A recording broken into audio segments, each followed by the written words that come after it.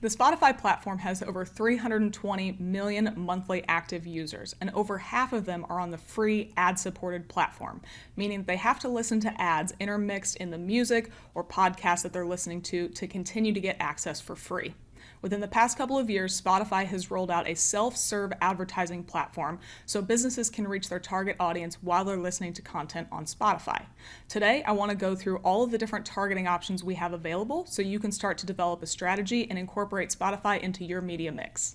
All of the targeting for Spotify campaigns lives at the ad set level. So I've gone ahead and jumped into the campaign creation process. As you can see over here on the left, I have campaign that I've already set up and called test, then the ad set that I'm in right now, and then there's an ad there just so it won't throw any errors while I'm bouncing around here. Once you've given your ad set a name, we can start getting into the actual targeting options. The first thing Spotify has you do is choose an ad format and a platform. So that's going to be these two things here, the ad format and the platforms that you want to be on down below. While it might not seem like the ad format should be something that matters, it actually does end up changing the reach that you'll have for your campaigns depending on what ad format you choose. Right now we're set up as an audio ad format, but there are video in horizontal or video in vertical orientation options as well. We also currently have all platforms selected, so that'll be iOS, which is iPhone and iPad, Android, and desktop. As I mentioned, the ad format will impact the number of people that you reach simply because of who uses what type of ad orientation. So you can see that evidenced over here on the right. There's going to be estimated impressions, estimated reach, and estimated lifetime frequency for your campaign. Right now, we see that there's about 20 to 21,000 estimated impressions based on any of the other settings that are in here. But if I shift over to video and away from audio, you'll see that that number has dropped down to 12 to 13,000. So we lost quite a bit of estimated impressions simply by shifting to a video ad and not using audio only. As you can tell, we're only in one of the video formats, so if we choose video vertical, the estimated impressions dropped even further. Now we're looking at only 11 to 12,000 estimated impressions for everything that's available here. You'll also notice that there is a little message down here that says we only serve portrait videos to iOS and Android devices. So that pushed some of this text down, but if I scroll, you'll see that desktop is no longer an option here, and you cannot select all because they don't allow having vertical videos on desktop. So depending on what type of ad creative you want to use, what type of reach you're trying to get, make sure that the ad format you choose is going to help you reach the goals that you have for your campaign. For now, just so we have all the targeting options in place, I'm going to choose audio ads just so we have the maximum reach that we can have. Since I went back and forth between different orientations and whatnot, it actually deselected all, so I'm going to check that again. And now it's selected desktop, and the estimated impressions number will jump back up into the 20,000 range. The next thing we do is set the ad schedule and the budget. Just like with most of the different ad campaign platforms that we have out there, we can give it a start and an end date and different times on those specific dates to start and end. This one's pretty self-explanatory. I'm not really going to worry about this too much, but just make sure that you have the start and end date set. You cannot have your campaigns run on an indefinite schedule. There needs to be some form of start and end date. Additionally, if you hover over this little question mark here, your ad will start after it's approved, which may be after your start date. So ideally, if you want to get your campaigns to launch right when you want them to start, you might want to have all of your ads uploaded so they can go through the approval process prior to the launch date. And all times are set in your local time zone. So just like you would with any other ad campaign, all of the times are going to be respective of the ad account time zone. So if you're advertising from an East Coast time zone ad account, but you want to keep things active for a certain time on Pacific time, you'll need to adjust the timing to make sure that it will stay active for the times that you want it to across different time zones. Next, we get to choose our budget. And right now, I already have it set up as 250, but I'm going to remove this just for now. It'll start you off having a different set of checkboxes here. You can see 1,000,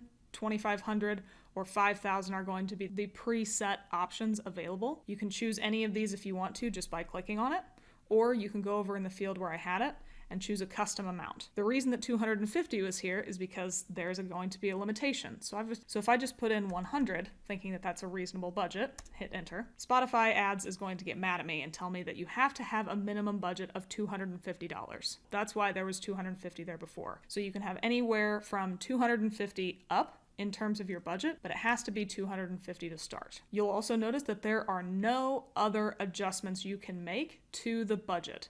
It just says we make our best effort to distribute your budget evenly between your start and end dates. That's it. There's no other controls for daily budget, lifetime budget, caps, maxes, minimums, anything like that. You just give Spotify your budget and they will, Scout's honor, do their best to try and spend it as evenly as they can. So just know that there's not quite as much control over the budget on Spotify as we might on other platforms. Next, we can choose the geo-targeting for our campaign. We'll start off by choosing the country that you want to target. Right now, I already have it chosen for the USA, but if you want to change that, you simply come in here, you can type in a different field if you want to, and then choose a different country. One thing to note is you can only target one country at a time. You cannot target multiple countries. So if you do have multiple countries that you want to target, you'll have to create completely different ad sets within the campaign to make sure that you can do that. Once you've chosen your country, you can choose specific locations within that country. You can see here they've got some examples of 90210, very famous zip code, or different cities like Santa Monica, or a state like California. If you don't want to target individual locations like that, you can also bulk add postal codes if you have a lot of those, or you can start to target the entire country just by checking this checkbox here. That locations box will be grayed out, meaning you're not targeting any sub-location of the USA, but you're targeting the entire country. Next, we're going to start to filter out individual users on the platform. We get to choose the age. You can see it ranges anywhere from 13 up to 65 plus. And like a lot of the platforms, we're able to choose in single year increments, so you can choose any specific age range that you want. It's not like Google where you have to target 18 to 24 and 25 to 34 age range buckets. You get to choose the individual ranges just like you would on Facebook, for example. You can then choose the gender. All you get is either all, female, or male, which is pretty standard across most of the platforms. And then the last targeting option we had is probably mostly what you thought I was going to cover in this entire video. And these are the additional targeting fields. These are going to be where we get to use the interests, different types of music, all of this stuff to target our ideal customer on Spotify. The first one is going to be around interests. So you target your audience based on their interests as indicated by recent podcast and playlist listening, as well as streaming platforms. So if we hover over the question mark here, they give an example that if you're targeting a gaming interest, they're going to show an example. If you target somebody with a gaming interest, it means you're showing your ad to people who listen to gaming related playlists and or people who sometimes listen to Spotify on their gaming consoles. So these are the types of interests that people would have on a regular basis, not necessarily in the moment while they're listening to Spotify when they listen to your ad. So let's take a look at some of the interest examples. You'll see here there are quite a few, anything from books, comedy, cooking, gaming, fitness, running, tech, a lot of different types of interests that you can have here. Depending on which one of those makes the most sense for you, you can just click a couple or three different checkboxes. The audience size over on the right will then recalculate based on the number of people it thinks you can reach. And it'll also adjust the estimated cost per impression you would pay for those interests as well. The next targeting option is going to get a little bit more specific. These are around real-time contexts, which means that you're going to target people in specific moments as indicated by the playlist they're currently listening to. So if we select this, there are only a handful of different options here. But if you are a Spotify user, a lot of these will probably look familiar to you. If you go into browse and you're trying to discover a different type of music, there are usually some preset playlists that kind of fall into these different mood categories. So around either dinner, they love their examples around gaming, travel, holidays, something that just happened if you're listening to lots of holiday music. Utilizing real-time context targeting means that you're going to be targeting them while they are listening to a playlist that is geared around the holidays or around studying or workouts, something along those lines. So you're trying to catch somebody while they're in the right mood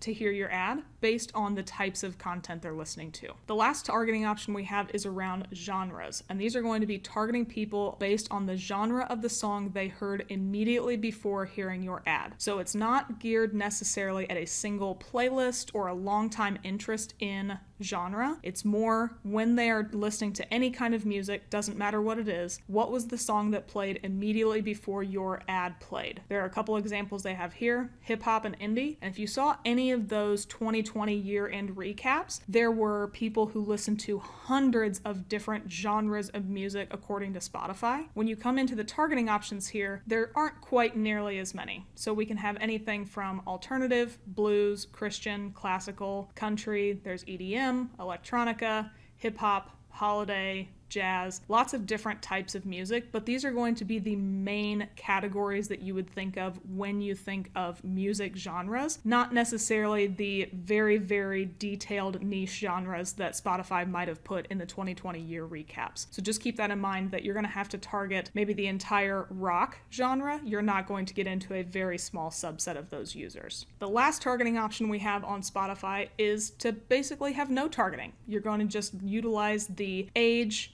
gender, and location targeting that you set up, but this is going to effectively do a run of network for all of those different targeting options that you have. This would be the same as trying to use broad audience or something along those lines for Facebook. You want to have the maximum amount of reach within your geo-targeted area and the age and gender that you set up across all of the different user devices. And that wraps it up for Spotify ads targeting. Compared to a lot of the other platforms we have, there aren't nearly as many options, which could be a good thing, could be a bad thing, depending on how specific your message needs to be and what your campaign goals are. But odds are you can find some segment of your target audience on Spotify, so I encourage you to give it a shot and see what results you can get from your campaigns. Thanks for watching our video. If you thought it was useful, give us a thumbs up below. We release a new video at least once a week, so if you want to get notified of when a new one comes out, be sure to subscribe to the Paid Media Pros channel.